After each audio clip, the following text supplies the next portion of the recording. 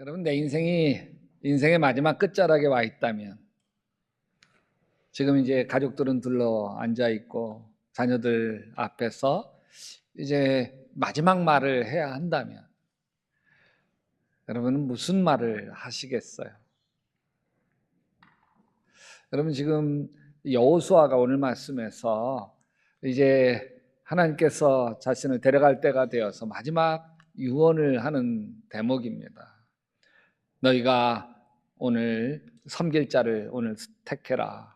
같이 합시다. 오직 나와 내 집은 여호와를 섬기겠노라.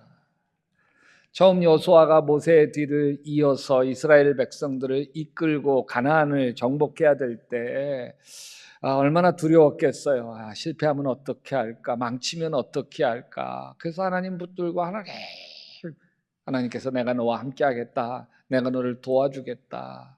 근데 결국은 그렇게 해 주셨어요.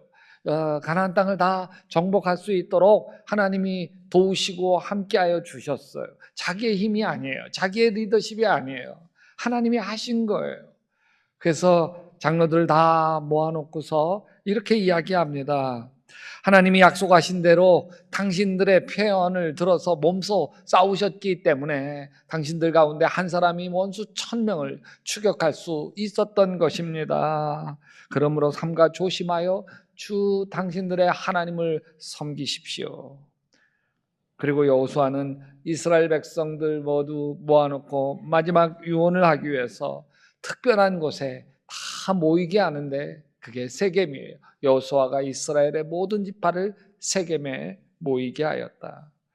구름대처럼 이스라엘 백성들이 다 집결해서 모였어요. 세겜 땅에. 근데 세겜 땅에는 아주 이쪽에 우뚝 선 산 하나, 저쪽에 우뚝 선 산 하나, 두 산이 있습니다. 이 한 산은 그리심산이고 또 한 산은 에발산인데 이 산 높이가 약 한 800m 전후가 되니까 북한산이 그 정도 돼요. 그러니까 북한산 높이의 두 산이 우뚝 서 있습니다.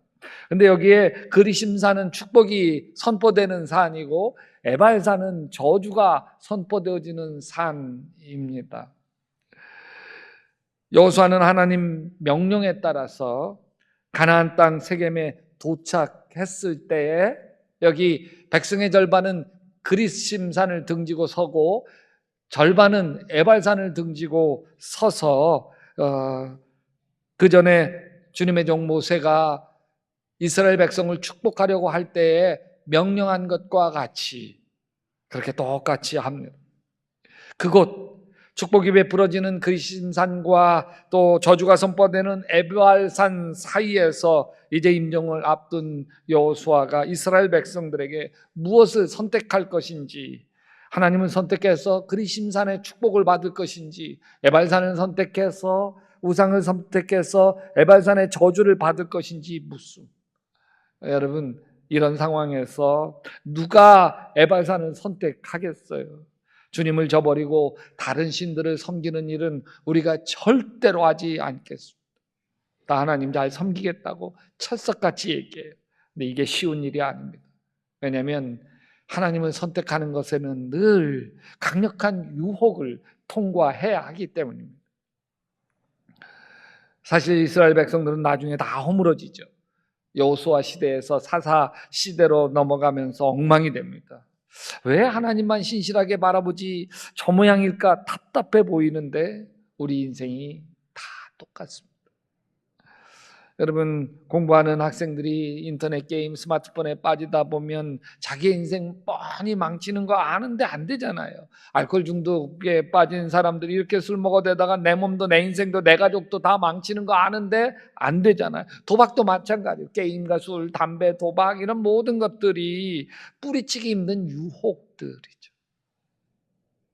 오늘 여호수아가 하는 마지막 이야기 24장 속에는 발람 사람 이야기가 잠깐 나옵니다. 발람이라는 사람, 모압 왕 발락이 발람 선지자를 시켜서 이스라엘을 저주하려고 했지만 하나님 막으셔서 발람이 오히려 너희를 축복하였고 나는 너희를 발락의 왕의 모압 왕의 손에서 너희를 구출해 주었다는 이야기를 잠깐 언급하고 있습니다. 근데 여기에 발람 선지자는 참 묘해요. 이스라엘 사람이 아니에요. 이방인이에요. 근데 선지자예요. 하나님과 통해요, 영적으로. 민수기 22장에 발람과 발락 왕 이야기가 나오는데, 여기 모압 왕 발락은 당시 모세가 이끄는 이스라엘이 파죽지세로 막 옆에 있는 부족들을 다 정복해 가니까 이건 자기 힘으로 안 되겠거든요. 그래서 이 영적인 힘을 빌어서 발람 선지자가 영적인 힘을 보태서 이 이스라엘을 막아보려고 합니다. 복채를 두둑히 준비해 가지고서 발람에게 이스라엘을 저주하라고 부탁하러 갑니다. 근데 하나님이 발람을 막아요. 가지 마. 가지 마. 발람 선지자는 돈의 큰 유혹에 마구 흔들립니다. 만일 한번 눈 한번 깜빡 딱 감아주고 저주를 한 번만 해주기만 하면 모압 왕 발락으로부터 평생 놀고 먹어도 흥청망청 써도 남는 돈을 받을 수 있어요. 근데 걸림돌이 하나님이에요. 하나님이 발람에게 가지 말라는 거예요. 발람은 선지자라서 하나님을 섬겨요. 근데 유혹이 너무 강렬해요. 발람은 하나님의 뜻이 무엇인지 모르는 게 아니에요. 근데 하나님의 뜻이 불편해요. 결국엔 낙이 타고 선지자 발람이 발락 왕을 만나러 갑니다. 발람의 욕심이 하나님을 이겨먹습니다. 하나님을 이겨먹은 것이 발람의 비극이 되었죠. 결국 나중에 발람 선지자는 모세에 잡혀서 처형을 당합니다. 발람은 하나님을 믿었지만 결국 돈을 더 원했어요. 여러분, 우리가 하나님보다 더 원하는 게 뭐죠? 성공인가요? 인정인가요? 안락한 삶입니까? 재물입니까? 자식입니까? 가만히 보면 하나님보다 더 원하는 게 내게 다 근심이 되어 있어요. 그것 때문에 시달리고 불안하고 잠 못 자고 안달하게 됩니다. 왜요? 그것이 하나님보다 더 소중하기 때문에. 너희가 섬길 자를 오늘 택해라. 오직 나와 내 집은 여호와를 섬기겠노라. 여러분, 우리의 삶 속에서도 매일 선택의 순간들이 있는 거예요. 발람처럼 돈과 명예의 유혹을 받을 때가 많습니다. 스마트폰 이 작은 화면 하나가 우리의 신앙을 흔들 때가 있습니다. 유튜브, SNS, 게임, 음란물, 순간순간 우리는 하나님을 선택할 건가 아니면 그냥 유혹에 넘어가고 말 것인가를 우리가 선택해야 합니다. 여러분은 자신과 하나님이 싸우면 누가 이기세요? 하나님이 이기시나요? 대부분 하나님이 이기시나요? 할렐루야. 존경합니다. 저는 제가 하나님을 이겨먹을 때가 너무 많아요. 이건 사도 바울도 비슷했어요. 로마서 7장에 내가 원하는 선을 행치 아니하고 원치 않는 악을 행하는도다. 내가 원하는 선을 행치 않고 악을 행하면 그건 내가 아니다. 자신을 한탄해요. 하나님은 선을 원하지만 자기가 하나님을 이겨먹는 거예요. 그래서 원하는 선을 행치 않고 원치 않는 악을 행하고 사는 것이죠. 근데 가만히 보면 하나님은 늘 저주세요. 자식 이기는 부모 없는 것처럼 자녀인 우리에게 저주세요. 누가복음 15장에 둘째 아들이 아버지에게 자기 분깃을 먼저 달라고 때를 씁니다. 아버지는 둘째 아들 이 녀석 알잖아요. 이거 뻔히 그냥 허랑방탕 창기와 놀아나고 다 망쳐버릴 거라는 거 알아요. 안 돼! 분명히 그럴 수 있어. 근데 때를 쓰는 둘째 아들에게 아버지가 집니다. 자기 분깃을 다 팔아 먼 나라로 가서 탕진할 것 다 아는데도 아버지가 말리지 못해요. 그냥 받아주시고 그냥 들어주세요. 하나님이 져주신 거예요. 그러나 하나님이 나에게 지실 때, 하나님이 내 고집에 지시고 내 욕심에 지게 되실 때 우리 인생이 비참해지기 시작합니다. 둘째 아들처럼. 하나님 우리에게 져주세요. 그러나 하나님이 우리에게 져주실 때는 눈물 흘리며 져주십니다. 둘째 아들이 분깃을 다 팔아 먼 나라로 떠나갈 때 아버지 속으로 눈물을 하염없이 흘리셨을 거예요. 둘째 아들 속에 있는 욕심이 아버지를 이겨먹습니다. 아버지가 말리고 설득해도 듣지 않습니다. 이게 둘째 아들의 비극입니다. 여호수아가 이스라엘 백성에게 이렇게 이야기합니다. 같이 읽어봅시다. 너희가 섬길 자를 오늘 택해라. 오직 나와 내 집은 여호와를 섬기겠노라. 이스라엘 백성들이 대답을 하죠. 주님을 저버리고 다른 신을 섬기는 일을 우리가 절대로 하지 않겠습니다. 왜요? 우리 하나님이 우리를 친히 노예 애굽 땅에서 나오게 하셨고, 기적을 일으켜 홍해바다를 건너게 하셨고, 광야에서 메추라기 만나와 메추라기 주시고 불구름과 불기둥으로 인도해 주셨고, 그리고 가나안 땅 다 몰아내고 우리를 이렇게 차지하게 했는데 어떻게 그러므로 우리는 주님을 섬기겠습니다. 오직 하나님만이 우리의 하나님이십니다. 아멘. 얼마나 훌륭한 대답이에요. 백성들의 진심이에요. 칭찬받아야 마땅했어요. 그래, 너희들이 그렇게 말해주니까 나도 든든하다. 여호수아가 그렇게 말할 법한데 아니에요. 이제 하나님 잘 믿어보겠다고 이야기하는데 여호수아가 그 말을 신뢰하지 않아. 여호수아는 백성들에게 아주 차갑게 말합니다. 당신들은 하나님을 섬기지 못할 것입니다. 그런데 하나님은 질투하시는 하나님이시기 때문에 당신들의 허물과 죄를 용서하지 않을. 만일 당신들이 하나님을 저버리고 이방신들을 섬기면 하나님은 재앙을 내리시고 멸망시키고 말 것입니다. 끔찍한 말. 아니, 왜 여호수아가 이스라엘 백성들이 하나님 잘 믿어보겠다고 하는데 거기에다가 막 찬물을 끼얹는지 알다가도 모를 일이에요. 여호수아가 아주 쌀쌀맞게 말하는데도 백성들이 여호수아에게 다시 말합니다. 아닙니다. 우리는 주님만을 섬기겠습니다. 여호수아는 이스라엘 백성들이 하나님을 잘 믿겠다고 하는데도 했던 말 또 하고 했던 말 또 하면서 너희들은 하나님을 외면하고 우상을 섬기게 될 거야. 왜 그런 말을 여호수아가 반복할까? 아니, 여호수아가 이스라엘 백성들을 영적으로 좌절시키는 듯한 말을 계속하는 이유가 뭘까? 여호수아는 모세가 죽기 전에 예언했던 그 말씀을 기억하고 있기 때문에. 모세가 죽기 전 예언은 이런 거예요. 같이 읽어봅시다. 내가 그들의 조상에게 맹세한 젖과 꿀이 흐르는 땅에 그들을 인도하여 들인 뒤에 그들이 살이 찌도록 배불리 먹으면 눈 돌려 다른 신들을 섬기며 나를 업신여기고 나와 세운 언약을 깨뜨릴 것이다. 하나님은 자기 백성들이 등 따숩고 배부르면 하나님을 업신여기고 다른 신들을 섬길 거라는 거예요. 이스라엘 백성들 앞에는 생명과 사망, 복과 저주가 놓여 있습니다. 내가 생명과 사망, 복과 저주를 내 앞에 두었은즉 너와 내 자손이 살기 위하여 뭐를? 생명을 택해라. 하나님을 택해라. 하나님은 우리들 앞에 생명과 사망, 복과 저주를 놓아두었습니다. 근데 여러분, 어떤 사람은 복이 터진 운명, 금수저 물고 태어나고, 어떤 사람은 지질이 가난한 운명, 흙수저 물고 태어난 거 아닙니까? 사실 인생이 다 타고난 운명, 팔자, 이렇게 생각할 만해요. 왜? 우리가 아무리 발버둥 쳐도 어쩔 수 없는 것들이 너무 많기 때문에 그래요. 우리는 인생을 세상에 태어날 때 선택 여지 없이 태어났죠. 한번 이 세상 살아볼까 결심하고 나오셨나요? 아니에요.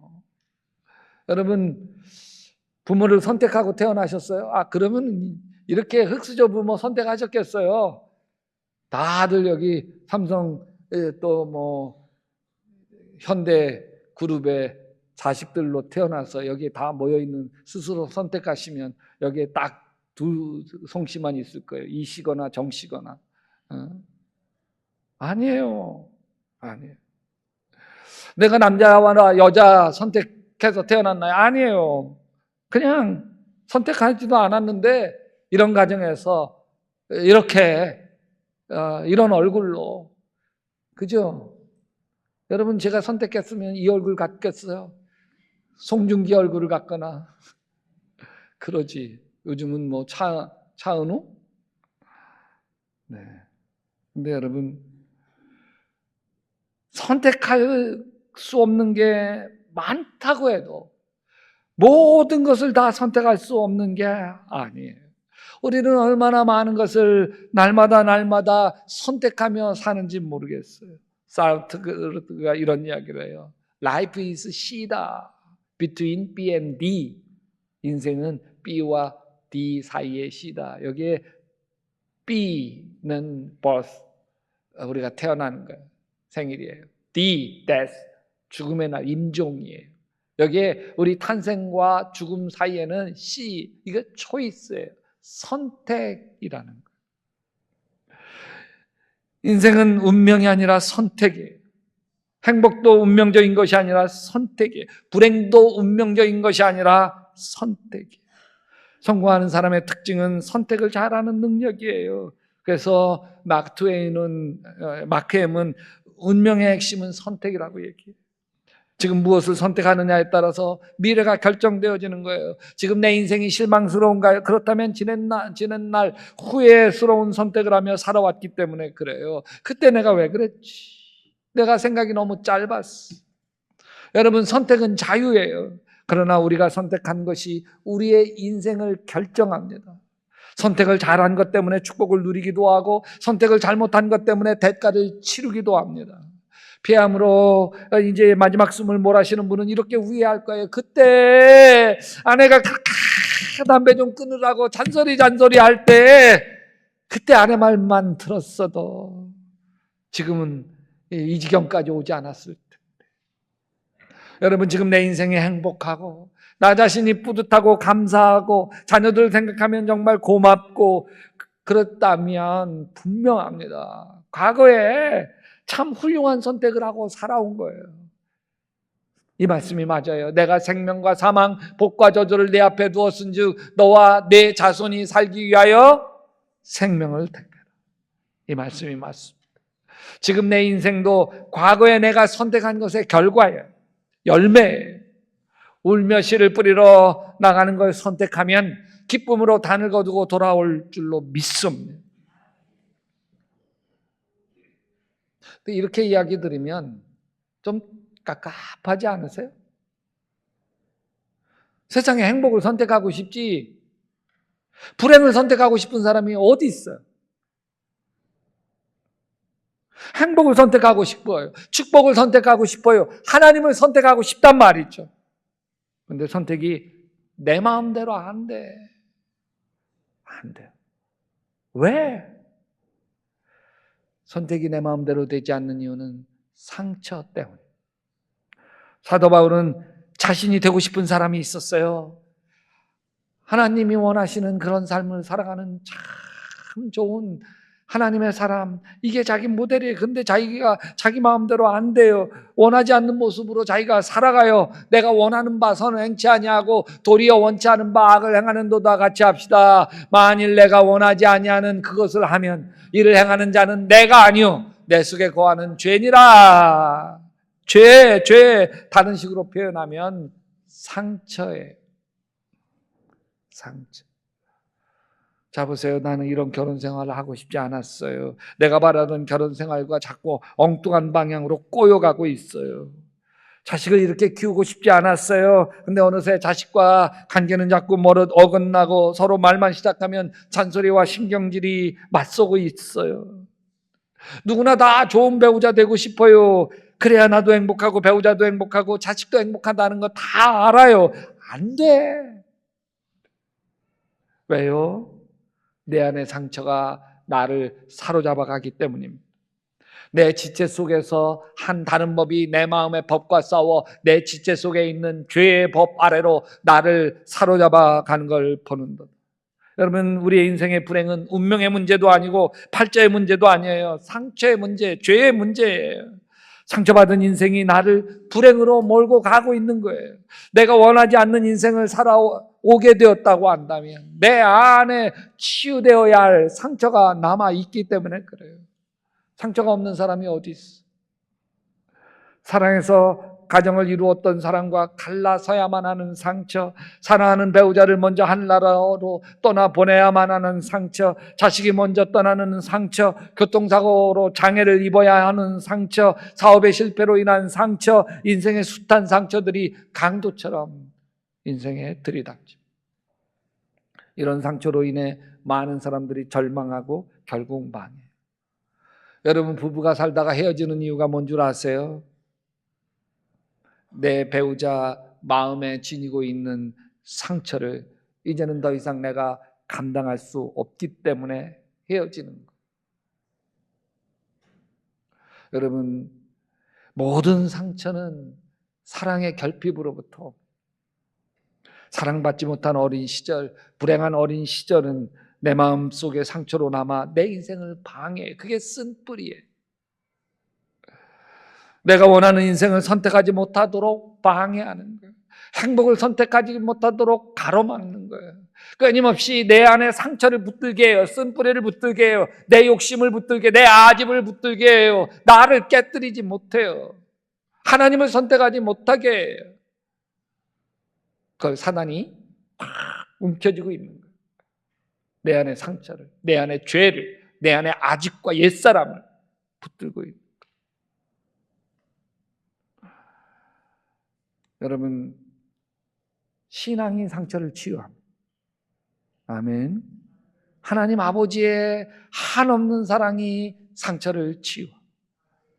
그래서 운명이 바뀌는 거예요. 제가 그랬어요. 하나님 섬기는 걸 선택하세요. 여러분은 하나님 섬기고 살 때 가장 놀라운 축복은 내 안에 열등감, 내 안에 상처가 치유되면서 셀프 이스팀, 자존감이 살아나기 시작하는 거예요. 근데 반대로 세상 따라 살고 내 욕심, 내 고집대로 살면 내가 자꾸 초라해져요. 후회스러워요. 이런 내가 싫어.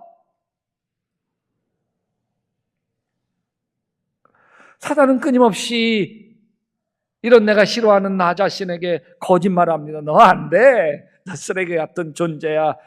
어차피 싸구려 인생이야. 너 별 볼 일 없어. 너 이렇게 살다 가는 게 내 운명이야. 이 흙수저야.